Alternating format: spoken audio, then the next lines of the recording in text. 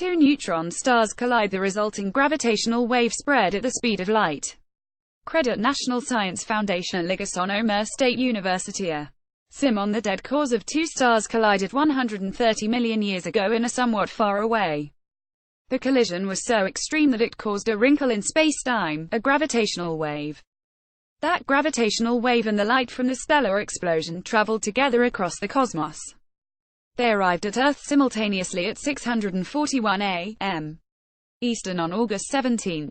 The event prompted worldwide headlines as the dawn of multi-messenger astronomy.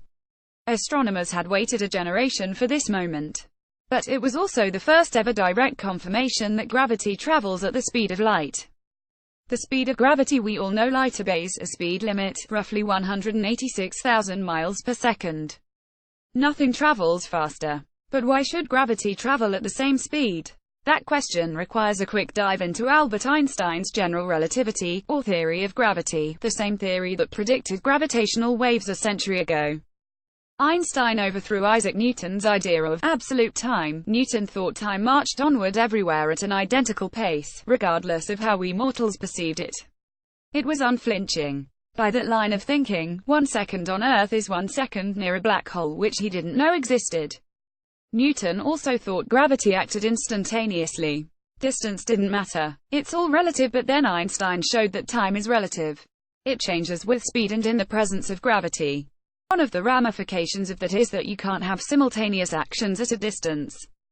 So information of any kind has a finite speed, whether it's a photon, the light-carrying particle, or a graviton, which carries the force of gravity.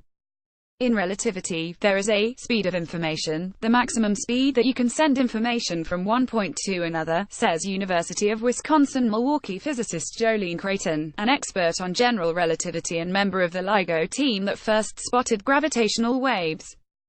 Creighton explains that in electromagnetism, when you shake an electron, it creates a change in the electric field that spreads out at the speed of light. Gravity works the same way. Shake a mass and the change in the gravitational field, the gravitational wave propagates at that same speed. So the fact that the speed of gravitational waves is equal to the speed of electromagnetic waves is simply because they both travel at the speed of information. Creighton says, there's an easy way to picture this, too. Imagine the sun vanish right now. Earth wouldn't just drift into space instantly. After 8 minutes, Earth would go dark and simultaneously push off in a straight line. Categorized under space physics. More about gravitational waves, physics.